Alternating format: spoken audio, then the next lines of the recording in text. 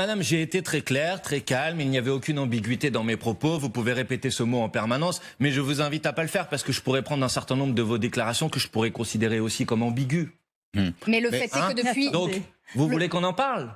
Non. Le fait est que depuis un mois et demi... Je peux parler d'un certain nombre de déclarations que vous avez pu avoir les uns et les autres sur ce plateau qui étaient ambiguës et sur lesquelles vous avez été obligé de revenir après les avoir exprimées. Je peux le faire si vous voulez. Donc, je propose qu'on arrête avec le terrain de l'ambiguïté et qu'on parle des positions telles qu'elles sont. Votre parole, elle a été constante, puisque vous n'avez pas reconnu le caractère terroriste de l'attaque du 7 octobre. Vous n'avez pas montré d'empathie particulière pour les otages. Vous n'avez pas montré d'empathie particulière pour les femmes violées et mutilées. Et par ailleurs, vous parliez de paix civile. Et hier, le discours de Jean-Luc Mélenchon à la manifestation de la République, on va l'écouter. Et je vais vous demander si c'est vraiment un discours qui encourage la paix civile. Netanyahou avait dit aux Gazaouis de fuir vers le sud. Et maintenant qu'ils y sont, ils bombardent le sud. C'est la raison pour laquelle nous pouvons dire à la suite de l'ONU qu'il y a des prémices de génocide. Vive Gaza! Gloire éternelle à ceux qui résistent! Voilà, vive Gaza, vive la résistance, génocide. Est-ce que ce sont des mots qui encouragent à la paix civile? D'abord, madame, dans votre question, avant de passer l'extrait, vous avez affirmé des choses qui sont totalement fausses. Et donc, je veux les corriger ici, devant tout le monde.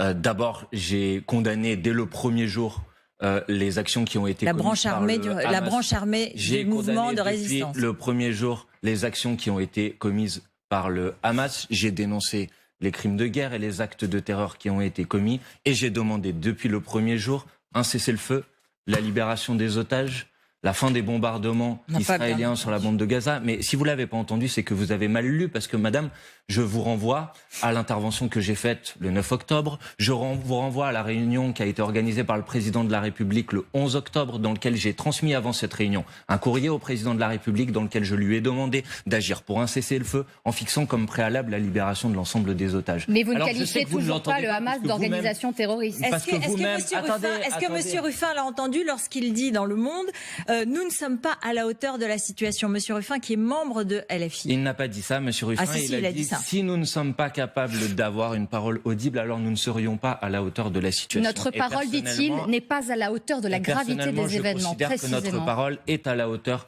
de la situation. J'étais en train de corriger les mensonges que vous avez proférés dans votre question. Je termine de le faire. Vous dites que nous n'avons pas eu de compassion ou d'émotion. C'est totalement faux. Et je ne sais pas comment vous pouvez exprimer à la place d'une personne de savoir si elle a ressenti de l'émotion ou si elle a exprimé de la compassion. Pour ma part, j'en ai exprimé.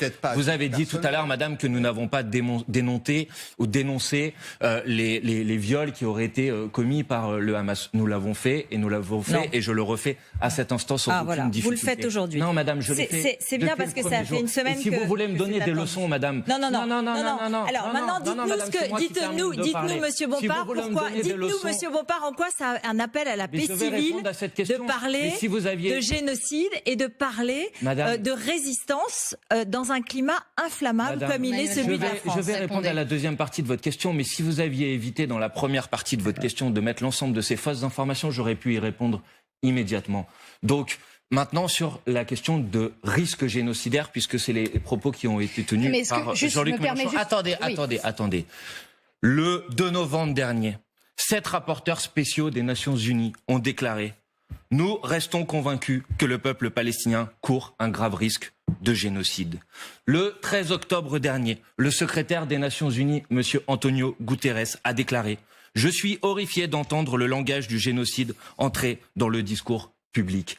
Le samedi 28 octobre dernier a fuité une note du ministre israélien du renseignement qui proposait un plan en 3 étapes pour obtenir l'évacuation totale de la population palestinienne qui habite aujourd'hui. Alors je vais vous répondre, monsieur, par la voix de Vincent Duclerc, qui est historien spécialiste des génocides et qui a donné une longue interview dans Libération. Une situation humanitaire même effrayante ne suffit pas à qualifier un génocide. Un génocide, ce sont des faits prouvés d'intention et d'entente en vue de la destruction d'un groupe ciblé. Ces éléments ne sont pas réunis. Même la politique coloniale ne suffit pas à parler de génocide.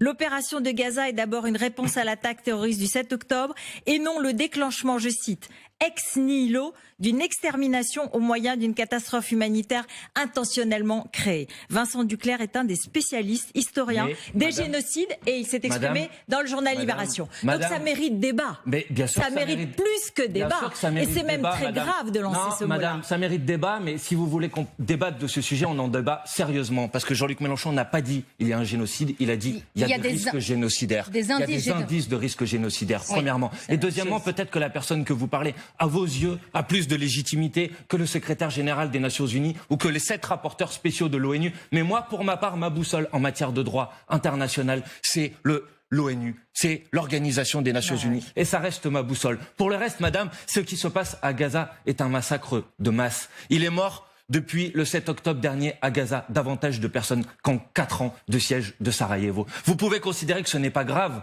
peut-être. Vous pouvez considérer que c'est une défense proportionnée. C'est extrêmement grave et ça doit être condamné de la manière la plus ferme possible. Et j'observe que même le vice-président des États-Unis tout comme les massacres du 7 octobre. Bien sûr, madame, et je l'ai fait.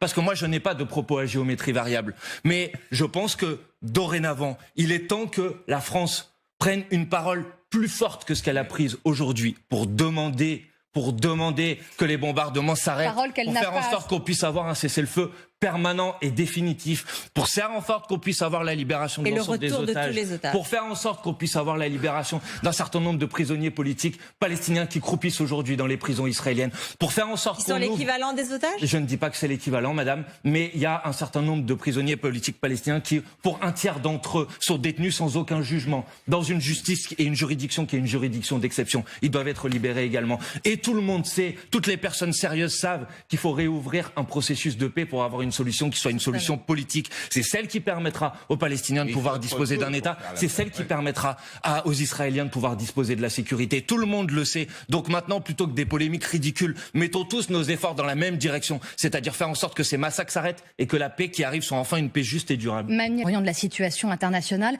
et des dernières déclarations, notamment à Dubaï, depuis la COP28 du président de la République, Emmanuel Macron. Pascal. Oui, alors Emmanuel Macron qui estime qu'une destruction totale du Hamas entraînerait, on imagine pour Israël et aussi pour les pays voisins, une guerre de 10 ans. Est-ce que vous partagez ? Je pense que le président de la République s'est rendu totalement inaudible par la multiplication de ces prises de position changeantes et mouvantes. Moi, j'ai dit depuis le début que le fait de faire croire que c'était un objectif réaliste, l'éradication du Hamas, me paraît complètement hors de propos. Pour une raison très simple. Le président de la République, au début, initialement, quand il soutenait les volontés exprimées par le gouvernement d'extrême droite en Israël, qu'il mettrait la guerre jusqu'à l'éradication totale du Hamas. Les dirigeants du Hamas, monsieur, sont à Doha, pour certains à Beyrouth ou en Syrie. Cela veut-il dire qu'il faudrait donc bombarder et jeter des bombes sur Doha et sur Beyrouth? Tout le monde comprend bien que ce n'est pas sérieux. Donc je pense que le président de la République... Vous lui prêtez, au fond, d'approuver les propos de Netanyahou, ce qu'il n'a jamais fait. Non, il n'a jamais fait ça. Il n'a jamais dit je soutiens la politique du gouvernement d'Israël qui est d'éradiquer le Hamas. Écoutez, un certain nombre de personnes dans la minorité présidentielle ont affiché un soutien inconditionnel à la politique du gouvernement israélien. Quant au président de la République lui-même, je vous rappelle qu'il s'est rendu voir monsieur Netanyahou. Il évoquait le droit à se défendre d'Israël. Non, mais si vous voulez le protéger, protégez-le. Mais écoutez quand même, je ne crois pas inventer le fait que le président de la République, devant monsieur Netanyahou, a proposé le fait d'étendre la coalition internationale contre Daesh, contre le Hamas. Je crois qu'il l'a dit, je vous le concède, avant de reculer 2 heures plus tard. Bon, donc ce n'est pas moi qui fais un faux procès. Quand vous avez une note de diplomate qui fuite dans la presse et qui dit, je cite, la parole de la France telle qu'elle faisait en quelque sorte l'honneur de la France à l'échelle internationale n'existe plus, que les multiples revirements de position du président de la République ont totalement ridiculisé la parole de la France et l'ont rendue inaudible sur la scène internationale, ce n'est pas moi qui lui fais un mauvais procès. Donc maintenant, que faut-il faire? C'est ça la question qui devrait Mais quand il déclare qu'aujourd'hui il n'y a pas de sécurité durable pour les Israéliens si elle se fait au prix de vies palestiniennes, ce sont ses mots. Est-ce que vous saluez ce type de déclaration? Est-ce que cela va dans le bon sens? Je pense que le président de la République, quand il s'exprime comme il s'est exprimé hier pour un cessez-le-feu permanent va effectivement dans le bon sens. Et j'aurais souhaité qu'il puisse le dire avant. Mais je n'oublie pas les multiples prises de position qui ont été les siennes depuis le début, qui l'ont rendu, je pense, inaudible sur la scène internationale. Et j'observe que hier, il le dit à Dubaï, mais que quand il va voir quand il va voir Monsieur Netanyahou, il dit autre chose. Et puis quand après il va voir Monsieur Mahmoud Abbas, il dit encore autre chose. Et je pense que quand on veut être sérieux sur les questions internationales, on tient une parole forte et on varie pas sa position en fonction des interlocuteurs qu'on a en face de nous. En effet, de la situation internationale et des dernières déclarations, notamment à Dubaï, depuis la COP28 du président de la République Emmanuel Macron. Pascal. Oui, alors Emmanuel Macron qui estime qu'une destruction totale du Hamas entraînerait, on imagine pour Israël et aussi pour les pays voisins, une guerre de 10 ans. Est-ce que vous partagez ?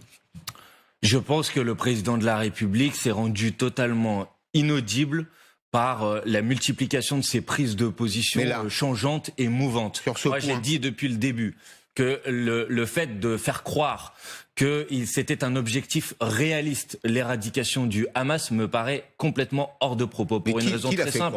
Le président de la République, au début, initialement, quand il soutenait les volontés exprimées par le gouvernement d'extrême droite en Israël, qu'il mettrait la guerre jusqu'à l'éradication totale du Hamas. Les dirigeants du Hamas, monsieur, sont à Doha, pour certains à Beyrouth ou en Syrie.